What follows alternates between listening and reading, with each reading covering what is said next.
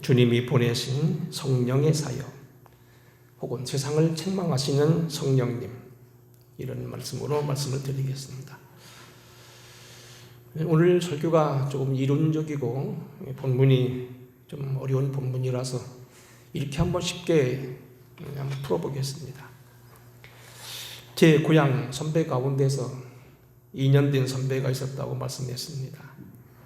아주 공부를 못하고 코만 훌쩍거리고 싸움 잘하는 형 밑에 늘 그렇게 매여 살던 그러한 분이었습니다. 초등학교 한 반에 61명, 63명 시절에 59등, 60등, 61등 하던 그러한 형이셨습니다. 근데 언제부턴가 이 형님이 공부를 시작하고 초등학교 졸업할 때는 거의 1등을 졸업하고 중학교, 고등학교 때도 상당한 실력을 가지고 굉장히 상위권에 들어간 그러한 실력을 발휘하게 되었습니다. 저는 그래서 그것이 늘 궁금했습니다. 어떻게 그분이 그렇게 변했을까? 늘 코만 흘리고 다니고 얻어맞기나 하고 공부는 꼴찌하던 그 형이 어떻게 공부를 그렇게 뛰어나게 바뀌었을까? 그 후에 제가 그 고민을 알았습니다만 그분 가르치던 담임 선생님이 결국 저를 가르쳤는데 그분이 초등학교 5학년 담임 선생님으로부터 전도를 받고 예수를 믿었다는 얘기입니다. 성령의 역사는 참 이론적으로 여러 가지 앞으로 공부하겠습니다만 가장 피곤하게는 공부하는 우리 사람 중에서도 공부도 잘하게 하신다. 어떤 이는 병들어 죽어가던 이가 고침을 받고 건강을 회복하여 장수하기도 합니다. 어떤 이는 개차반으로 살고 삶을 포기하고 제멋대로 살던 이가 지금은 애국운동을 한다고 가끔 감옥에 들어가는 걸 여러분 보게 될 겁니다. 불가능한 일을 가능하게 만들고 죽음으로 달려가던 사람이 놀라운 새로운 삶을 살게 되고요. 예수를 이 땅에 결국 동정녀로 잉태케 하시고 선행을 하게 하셔서 많은 병자를 고치고 결국 부활케 하신 것도 성령이시고 성도를 도우시고 교회를 바로 세우셔서 교회의 실제적인 주인이 바로 성령이라는 얘기입니다. 오늘은 여러분 잘 알다시피 성령 강림절 주간이고 요한예술의 회심 주간인데 요한예술의 회심 주간은 다음 주에 설교하고 오늘은 성령 강림절에 대해서 말씀하려고 합니다. 우리는 지금 저희가 쉽게 설교를 시작하려고 일부러 한 사례를 들었습니다만 실용적으로 보면 성령이 계시다는 것 정말로 감사한 일입니다.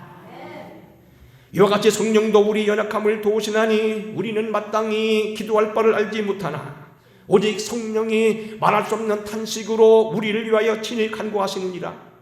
마음을 살피시는 이가 성령의 생각을 아시나니 성령이 하나님의 뜻대로 성도를 위하여 간구하심이라. 그러므로 알거니와 하나님을 사랑하는 자 곧 그 뜻대로 부름을 받은 자들에게는 모든 것이 협력하여 선을 이룬다. 우리는 연약하여 자기를 위하여 기도할 줄도 모르고 사실은 우리는 어떻게 보면 굉장히 나약하게 살 수 없지만 성령이 우리를 위해 기도도 하게 하시고 때로는 대신 기도해 주셔서 하나님의 뜻대로 간구하게 되니까 결국 그 기도가 응답되어서 모든 것이 합력한 선을 이룬다는 겁니다. 정말로 우리는 주님의 교리가 어떤 교류적이고 교조적인 것만 아니고 이론적인 것만 아니고 실제 생활의 능력으로 삶으로 건강으로 지혜로 나타난다는 것, 성령의 사역입니다. 오늘 우리가 성령 강림절을 맞이해서 우리가 이 앞으로 성령에 대해 공부하겠습니다만 먼저 좀 서론을 좀 더하겠습니다. 사도행전을 중심하고 오늘 요한복음 16장 본문에 나와 있는 것 몇 가지 사역을 요약합니다. 성령은 무엇보다도 예수를 구주로 고백하게 하고 예수를 바로 믿게 합니다. 고린도전서 12장 3절에 보면 이렇게 말합니다. 그러므로 내가 너희를 알게 하노니 하나님의 영으로 말하는 자는 아무도 예수를 저주할 자라 하지 아니하고 성령으로 아니하고는 예수를 구주라 할 자가 없다 그랬습니다. 성령을 받지 아니하고는 예수를 주라고 바로 고백할 수가 없다는 얘기고요. 성령을 받은 사람 예수를 욕할 수 없다는 겁니다. 그런가 하면 사도행전 2장에도 보면 그렇게 되어 있습니다. 주님이 부활하신 이후로 오순절날 성령 강림절이 임했을 때 베드로는 이런 설교합니다. 너희가 십자가에 매달은 예수를 하나님이 다시 살리셔서 예수를 믿게 하고 부활하게 하셨고 그 주님이 우리에게 성령을 보내셨다 얘기합니다. 그때 그들은 이렇게 결국 예수 중심으로 다시 무장합니다. 사도들을 데려다가 핍박하고 예수를 믿지 못하게 하고 그렇게 하지 못하게 했을 때 그들은 어떻게 합니까? 사도들은 그 이름을 위하여 능력받는 일에 합당히 여김을 기뻐하면서 공의 앞을 떠나니라. 그들이 날마다 성전에 있든지 집에 있든지 예수는 그리스도라 가르치기와 전도하기를 그치지 아니하더라. 성령을 받게 되고 성령이 역사하게 되니까 그렇게 유대인들을 두려워하고 사람 앞에 서기를 주저하던 그들이 이제는 매를 맞고 고통받으면서 오히려 그 이름에 합당한 자가 되었음을 기뻐했다는 겁니다. 그러니까 성령은 우리로 하여금 각종 이사와 기적을 행하게 하십니다. 사도행전 2장 41절 오순절 성령이 임한 다음에 교회에 나타나는 현상은 바로 이렇습니다. 그들이 사도의 가르침을 받아 서로 교제하고 떡을 떼며 오로지 기도를 힘쓰게 되니 사람마다 두려워하는데 사도들로 말미암아 기사와 표적이 많이 나타나니 믿는 사람들이 다 함께 있어 모든 물건을 서로 통용하고 재산과 소유를 팔아서 사도들 앞에 내어놓았고 마음을 같이하여 성전에 모이기를 힘쓰고 집에서 떡을 떼며 순전한 마음으로 음식을 먹고 하나님을 찬미하고 온 백성들 가운데서 칭송을 받았다고 되어 있습니다. 예수를 믿게 되면은 오늘 여기 고백할 뿐만 아니고 각종 이사와 기적이 행하게 되고 사도를 통하여서 능력이 일어나게 된다. 네 번째는 선교와 전도 사역을 총주의, 진도주의 하십니다. 요한복음 오늘 15장 26절에 이렇게 되어 있습니다. 내가 아버지께로서 너에게 보낼 보혜사 곧 아버지께로서 나오신 진리 성령이 오실 때 나를 증언하실 것이요 너희도 처음부터 나와 함께 있었으므로 증언하느니라. 사도들이 나중에 증인이 되고 성령을 받아서 증인하기 앞서서 성령께서 인도하신다는 겁니다. 그래서 우리가 알다시피 유대인들이 유대인들만 예수 믿는 줄 알고 고집하고 있었는데 결국은 그들이 고넬료 가정에 복음을 전하게 하십니다. 오른손에 7배를 붙잡으시고 촛대 사이를 왕래하시면서 안디옥 교회에 일하던 선지자를 통하여서 결국 따로 세우시고 선교사를 파송하십니다. 사도행전 16장에 보게 되면 아시아로 넘어오려고 했던 바울을 보내셔서 결국은 빌립보로 가게 하고 거기서 결국 마케도니아에 복음을 전하게 하고 그 복음이 결국은 로마를 거쳐서 아시아와 전 세계의 서진 현상에 나타나게 하셨다는 겁니다. 전도 사역, 복음 사역을 사도들에게만 맡기지 않고 성령이 때로는 맡기도 하시고 인도도 하시고 더 나은 길로 때로는 그들을 보내시면서 직접 주의하시다는 겁니다.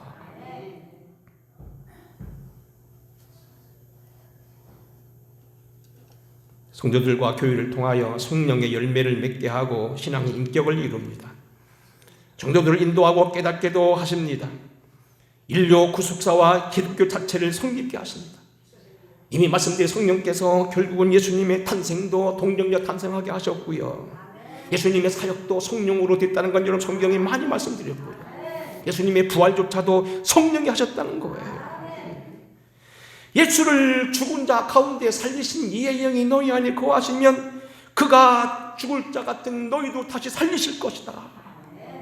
하나님이 나사렛 예수에게 성령과 기름을 물 붓듯 하셨음에 그가 두루 다니시며 선한 일을 하시고 마귀에게 눌린 모든 사람을 고치셨다고 말합니다. 예수님의 탄생과 그의 모든 사역과 그의 부활과 모든 것들이 전부 그분의 손에 있었다는 겁니다. 기도를 하고 응답도 하게 했습니다. 오늘 본문 말씀 요한복음 16장 23절을 보겠습니다. 그날엔 너희가 아무것도 내게 묻지 아니하리라. 그날이 뭡니까? 성령이 오신 날입니다.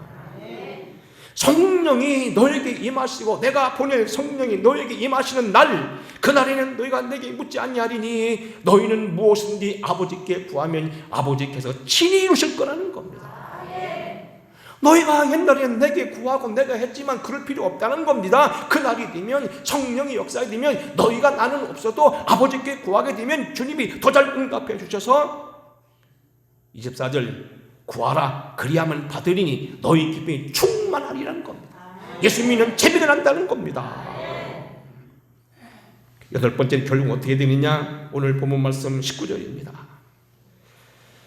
너희가 지금 조금 있다 나를 보겠다 하고 조금 있으면 나를 보리라 하니까 시험이 들었는데 너희는 그날에는 곡하겠지만 얼마 안 있으면 기쁘게 될 것이다. 7절입니다. 같이 한번 읽어보겠습니다. 7절 시작.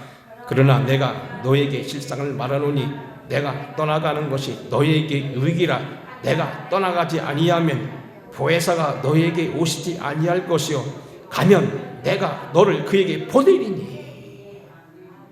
내가 너에게 실상 정말로 실제 얘기, 허상, 영상이 아닌 실제 대면한 그 진실을 말한다면 내가 떠나가는 건 내게 더 유익일 거다는 겁니다. 오늘 본문 13절입니다. 진리 성령이 오시면 그가 너희를 진리 가운데로 인도하시리니 14절 보면 그가 내 영광을 나타낼 것이요 내 것을 가지고 너에게 알리겠습니다. 우리가 때로는 몸이 아프다든지 가족의 자녀에게 문제가 생긴다든지 경제적인 어려움이 생기면 이럴 때가 있습니다. 이때가 주님이 계셨으면 얼마나 좋을까. 주님이 계시면 내 상처에다 손 얹고 기도도 하셔서 고치기도 하시고, 어떤 목사님처럼 기업이 다 쓰러져 가는데 기도하니까 반짝 일어나서 하나님이 돕는 사람이 생겼다고 얘기하고, 내가 어려움 당할 때 내게 상담도 해주시고 나를 축복하실 분이시고 마귀를 이기게 하실 분이 주님이신데 있으면 좋겠다. 그럴 필요 없다는 겁니다. 내가 떠나는 것이 실상을 말하니 더 유익이다. 성령이 내가 없는 것처럼, 없을 때에는 있는 것처럼 하시고 더 좋은 일이 생길 것이고 정말로 해산하는 기쁨을 가진 여인처럼 너무 기뻐할 거라는 겁니다. 내가 다시 너를 다시 보리라는 말이 바로 그 말이라는 얘기입니다. 주님은 이미 승천하셔 떠나셨지만 주님이 지금 우리에게 함께 하실 수 있다는 얘기입니다. 종합하면 성령 없이는 우리가 신앙생활을 제대로 할 수 없다는 겁니다. 저는 그래서 이렇게 한번 생각해 봤습니다. 어떤 사람이 무기고와 경납구에 비행기에도 가득하고 최신 무기가 잔뜩 한데 적군이 온데 썩을 몽둥이 가지고 나가는 것과 똑같습니다. 이미 내 안에는 경납고와 내 안에는 수많은 무기, 최신적인 무기, 추첨단 무기가 있는데도 불구하고 그것을 땅에 묻어놓고 썩은 도끼잔 하나 들고 와 싸우겠다고 나가는 사람이 얼마나 일어나는 얘기입니다. 감당 못한다는 얘기입니다. 왜 땅에 묻어놓냐는 얘기입니다.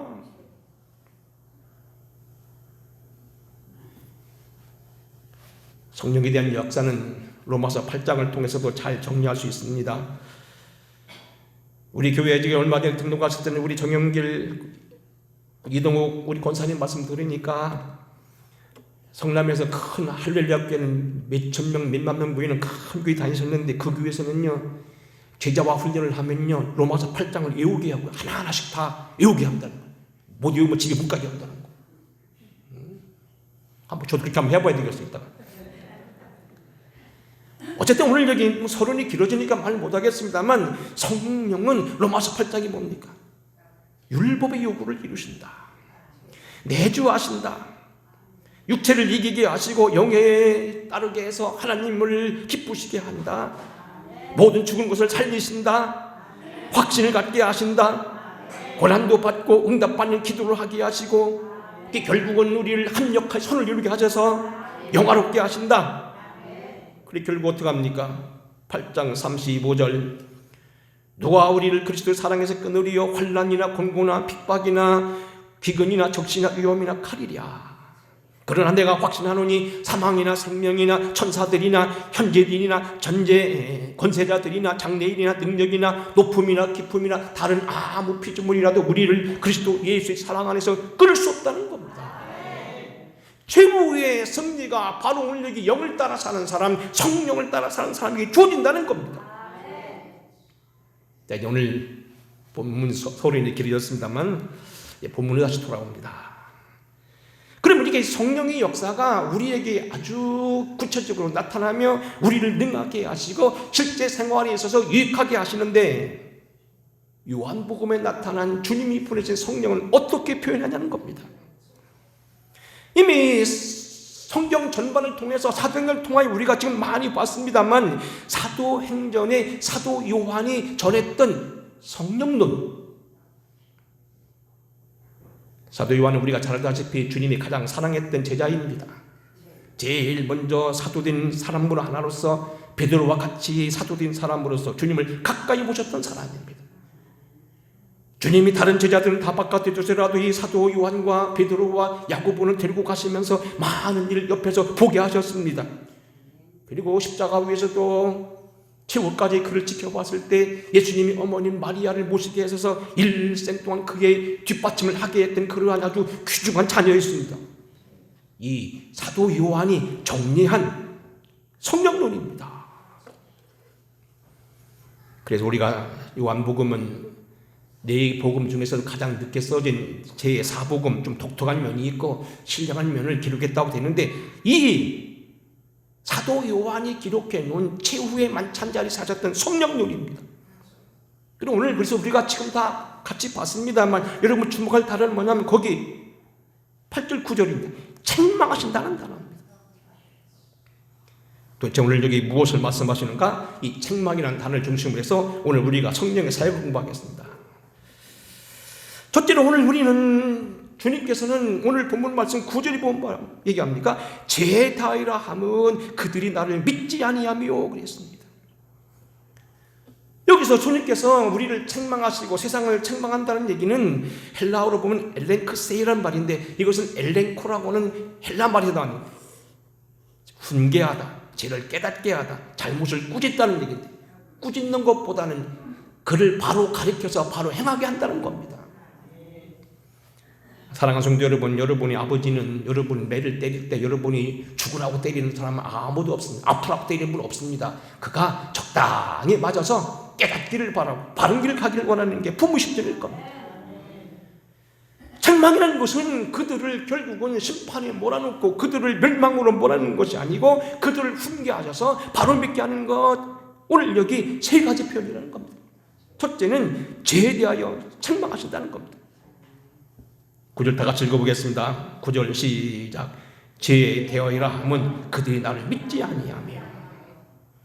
첫 번째 세상을 책망하는 죄에 대하여 책망한다는 얘기는 뭐냐면, 주님이 우리를 죄를 대속해 주시는데 이 주님을 지금 거절한다는 겁니다. 인류가 그토록 찾기 원하고 많은 성인들이 때리는 머리를 깎고 집을 나가며 가정을 버리고 빈들에서 굴 속에서 토굴에 구하던 그 모든 길을 주님께서 이미 허락해 놓으셨고 예수를 통하여 우리에게 허락해 주셨는데 그 예수를 거부한다는 겁니다. 죄에 대하여라면 나를 믿지 아니하며, 예수를 안 믿는 것이 첫 번째 주님의 책망입니다. 사랑하는 성도 여러분, 오늘 우리는 이것은 유대인을 포함한 많은 사람들, 세상 사람들의 죄입니다. 이 성령의 책망은 성도를 향한 책망이 아니고 아직 예수를 믿지 않는 그런 사람들. 요한복음 1장 10절, 그가 세상에 계셨으며 세상은 그로 말미암아 지은 바 되었을 때 세상이 그를 알지 못하였고 자기 땅에 오매 자기 백성을 영접치 아니하였으나 그랬습니다. 오늘 주님이 오늘 이 세상에 구주로 오시고 그들을 위해 피 흘려 죽으셨음에도 불구하고 그들에게 구원의 문을 열어놓으셨음에도 불구하고 주님을 믿지 않는 겁니다. 성령께서 세상을 책망하고 오늘도 가르치기 원하시는 건 뭐냐면 많은 사람들이 하나님을 예비하지 않는다는 겁니다. 하나님의 진노가 불의로 진리를 막는 사람들이 경건하지 않음과 불의에 대하여 하늘로부터 나타나나니 하나님을 알만한 것이 저들의 소에게 보임이라 하나님의 그들에게 보이셨음에도 불구하고 장세로부터 그들에게 영원한 능력과 신성의 만물이 밝히 보이되 저들이 감사치 아니하고 예배치 아니했다는 겁니다. 성령의 첫 번째 책망, 첫 번째 사역은 뭐냐면 믿지 않는 사람도 하여금 믿게 하고 저들을 책망하여 예수를 믿게 하는 겁니다. 결국 이 성령의 믿지 않는 사람들의 책망은 요한에슬레 신학에 나와서 보니 이건 선제적인 은혜입니다. 안 믿던 사람이 갑자기 예수를 믿을 마음이 생기게 됩니다. 옛날에는 주님을 거부하고 한사코 예수 믿는 걸 싫어하는 사람이 갑자기 예수 믿을 마음을 가지고 교회를 찾기 시작합니다. 책망하시는 겁니다. 그 과정은 때로는 여러 가지 사는 주님께서 방법을 사용하십니다. 어떤 사람은 꿈에서 말씀하시기도 하시고, 어떤 얘기는 때로는 아픈 병을 들게 하시고, 사업의 실패를 느끼고 사람에게 배신을 느끼면서 사람의 세상에 대한 줄이 끊어지면서 하나님께 오는 것도 있습니다. 여하튼 문제는 뭐냐면 하나님께서 오늘 여기 여러 가지 방법으로 세상을 책망하신다는 겁니다. 바로 예수를 믿으라는 얘기입니다. 첫 번째 책망, 첫 번째 그들에게 가르쳐준 건 뭐냐면 예수를 믿지 아니함입니다. 두 번째는 의에 대해 책망입니다. 좀 어렵습니다만 잘 들어보겠습니다. 10절 같이 읽겠습니다. 의에 대하여라 하면 내가 아버지께로 가니 너희가 다시 나를 보지 못하며 그랬습니다. 여기 본문 말씀은 예수님이 우리의 의라고 하는 얘기입니다.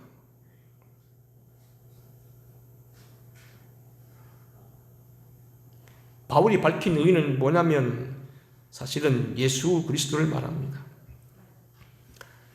의라고 하는 단어는 경건에 대한 다른 측면이 말인데, 경건이 예배와 금식, 찬양, 하나님께 대한 계명이라고 한다면 의는 쌍방과의 관계, 사람과의 관계입니다. 결국 의라는 것은 오늘 우리에게 은혜로 보여주신 하나님의 경건에 대해서 우리가 하는 사람들 가운데 나타낸 행위입니다. 하나님을 기쁘시게 행위입니다. 소극적으로는 법적 용어인데 죄 없다, 무지합니다는 것도 되지만 적극적인 의미에서는 하나님과의 관계적 생활입니다. 의로운 사람은 결국 하나님께서 갖춰진 성품 가운데 유발된 행위를 말하고요, 성령이 지수하시고 인도하신 삶을 살게 됩니다.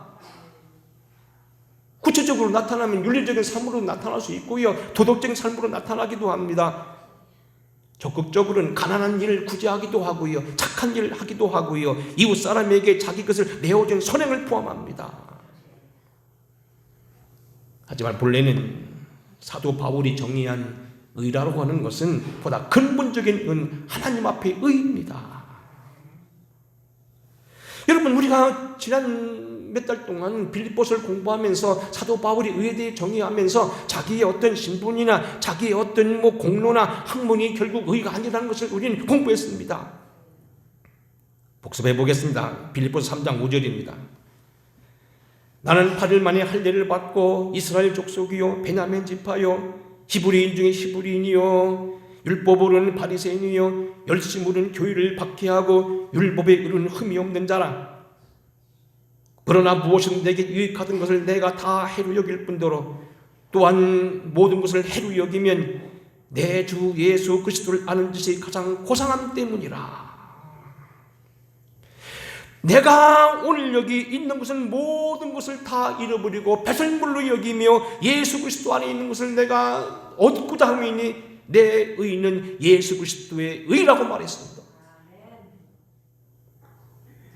여러분, 오늘 우리는요, 사도 바울이 말하고 있는 의는 근본적인 의인데 어떤 사실 어떻게 보면 인간적인 도덕이나 선행의 의라기보다는 예수 그리스도가 의입니다.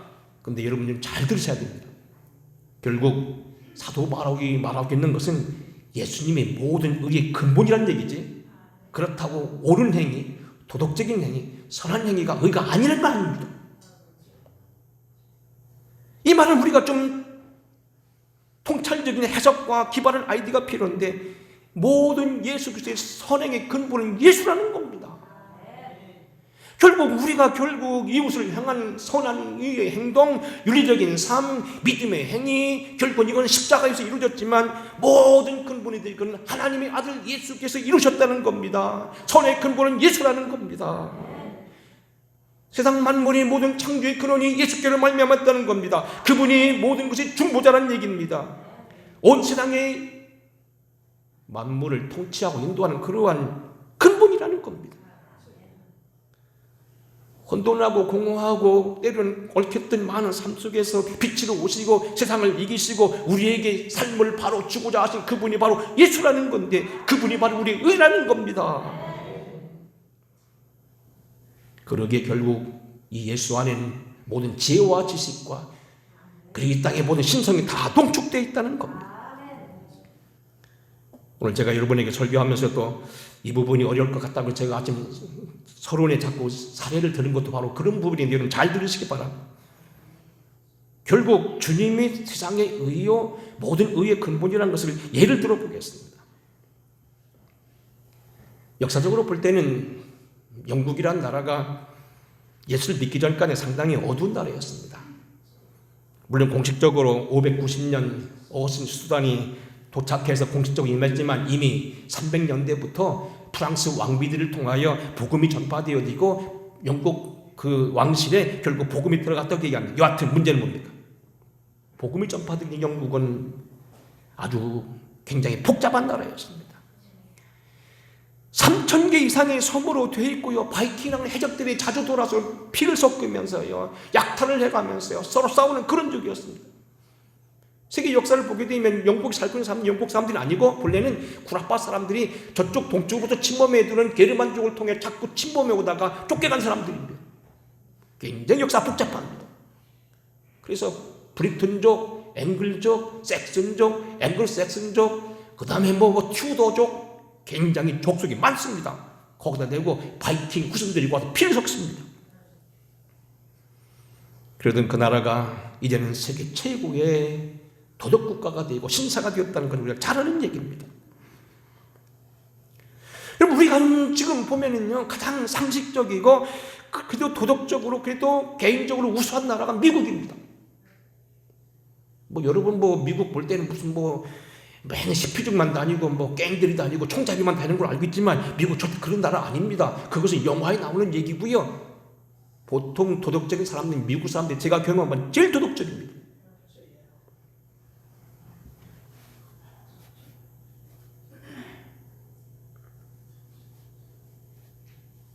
깊은 얘기는 않습니다만 1700년대 말 제1차 전도 각성운동 1800년대 말에 했던 제2차 각성운동 이기까지 미국은요 총잡이 나라였습니다.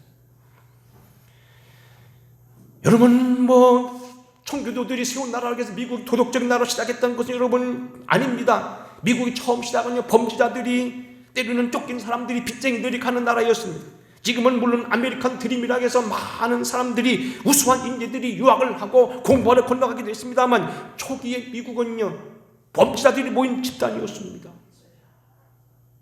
그러던 미국이 결국은 대각성 운동을 통하여 완전히 새로워졌습니다. 지금은 전 세계에 가장 많은 복음을 수출하고 그래도 지금 가장 믿음을 살려고 노력하고 있습니다. 다음 주에 설교할 영국에 대해서 다시 말씀드립니다. 존 웨슬리는 그를 핍박하고 그가 은혜 받았던 것에 대해서 여러 가지로 압박하는 깁슨이라는 주교에게 이런 편지를 씁니다. 주교님, 저희는 광신이 아닙니다.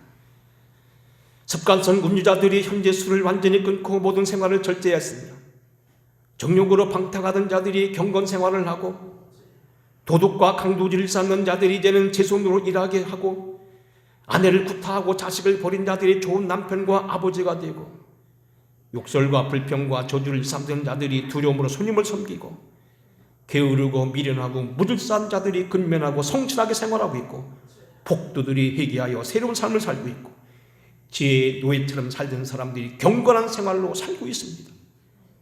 저들 가운데는 무신론 자들이 있던 이들 교회를 비우는 자들이 이제는 교회의 임원들이 되었고 저들이 기독교를 증오하던 유대인들조차도 이제는 주님 안에 예수를 믿기 시작했습니다. 유명한 얘기입니다. 여러분 오늘 우리는요 결국 예수라는 것은 물론 도덕적인 삶 자체를 말하는 게 아니고 십자가에서 이루신 그러한 모범의 삶입니다만 사실 그 삶은 결국 뭡니까? 예수 그리스도의 인격이 나오는 겁니다. 그분이 바로 온갖 모든 것의 주인이요 모든 것의 의라는 얘기입니다.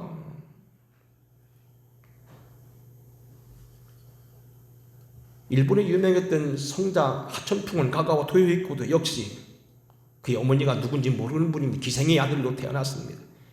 아버지는 자기를 낳자마자 일찍 돌아가셔서 할아버지 밑에 컸습니다.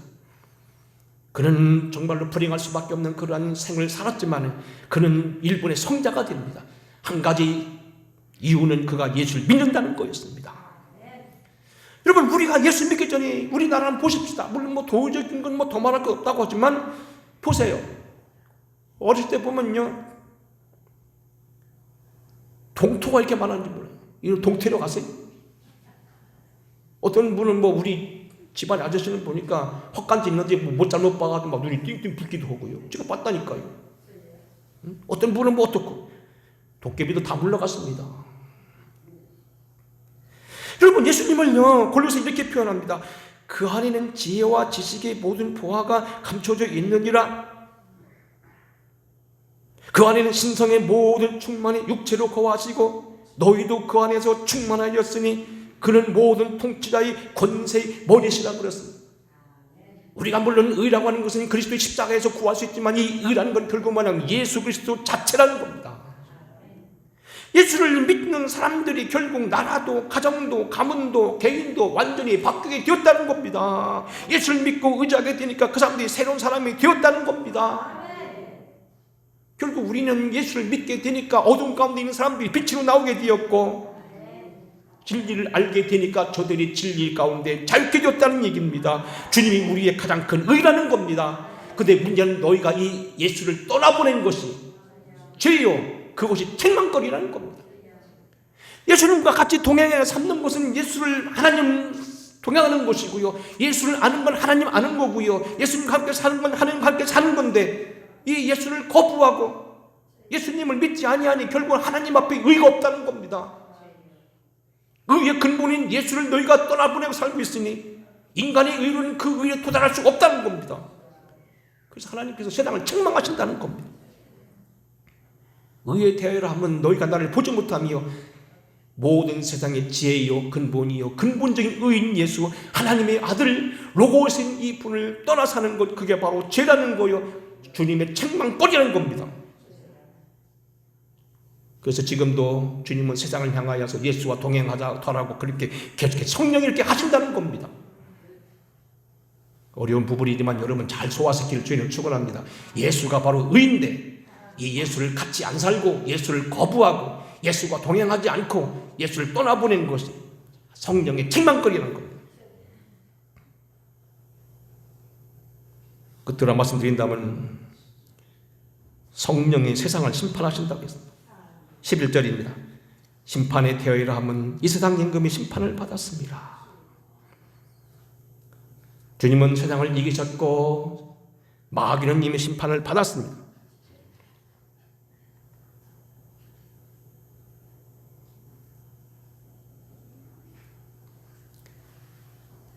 요한복음 16장 33절, 내가 너에게 이르는 것은 너희로 내 안에서 평안을 누리게 하려 함이라. 세상에서는 환난을 당하라. 담대하라. 내가 세상을 이기었노라 하셨습니다.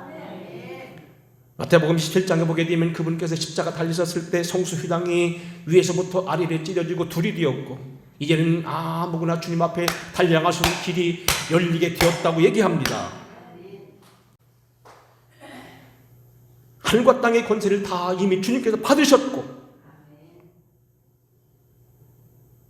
히브리서 2장 14절에 보게 되면 그분이 이 땅에 오신 것, 죽음을 통하여 죽음의 세력을 잡은 자 마귀를 멸하시려고 오셨다는 겁니다. 그런데 세상은 지금도 그 세상 마귀를 따라간다는 겁니다. 속고 살고 있다는 겁니다. 그래 내 걸 책망한다는 겁니다. 이미 심판받은 마귀를 따라가고 그의 마귀에게 속고 사는 것, 요한계시록에 보게 되면 그들을 미혹하는 마귀가 불과 유황의 못에 던져져서 거기서 그 짐승과 거짓 선지자 위에서 세세토록 밤낮 괴로움을 받으리라. 내가 크고 큰 보좌 앞에 앉은 이를 보니 땅과 하늘이 그 앞에 피하여 없더라. 이미 모든 마귀는 다 심판받고 그날이 되게 되면 지금은 불신자들 가운데 역사하나 완벽하게 그들은 불못에 던져지게 되는데 우리도 그 심판 앞에 서게 될 터인데 그 마귀 앞에 오늘 속고 살고 있다는 겁니다. 성령은 이것을 지금도 애통해 하시며 이것을 책망하신다는 겁니다. 설교가 여러분에게 책망이라는 단어, 이 본문이 좀 어려워서 저도 자꾸 넘어가던 그런 본문입니다만 알고 보면 굉장히 중요한 근본적인 얘기입니다. 성령은 책망도 하십니다. 여러분이 예배를 드릴 때 마음을 모으지 못하는 것도 별거 좋아하지 아니하십니다. 성령이 우리에게 계신 것은 실상을 말합니다. 떠나가는 것이 유익이라고 말씀하셨습니다. 주님이 계신 것보다 더 유익한 것이 성령이 함께 하신다는 겁니다. 오늘 말씀 기억하셔서 믿음으로 승리하시고 의의 영광 돌리는 여러분 되기를 바라면서 이 주님과 일생 동행하는 저와 여러분 되게 하시되 성령께서 늘 좋다고만 말씀하지 아니하시고 때는 책망도 하시는데 주로 이것은 세상 사람들을 향한 것입니다만 우리의 믿음 없음, 특별히 그분이 의가 되었음에도 불구하고 이 주님을 기준으로 삼지 아니하고 세상을 중심으로 사는 것, 마귀에게 속고 사는 것, 여전히 병들고 여전히 그 밑에서 헤어나지 못하는 걸 하나님 책망하신다는 겁니다. 이 주님의 성령의 사역이 여러분에게 임하게 되어서 믿음으로 세상을 승리하는 저와 여러분 되기를 주의 이름으로 축원합니다.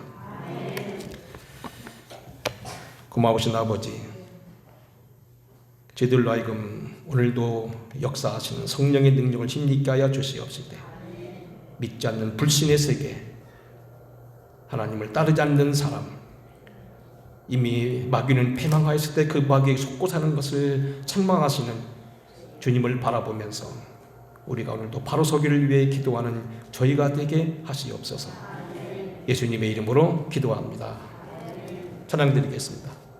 성령이 오셨네, 성령이 오셨네, 내 주에 보내실 성령이 오셨네.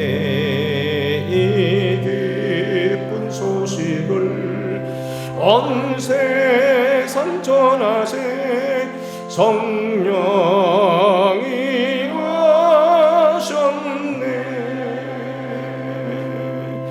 만왕의 왕께서 저 사로잡힌 자 참 구원하시고 참 자유 주셨네. 승리의 노래가 온 성에 들리니 성령이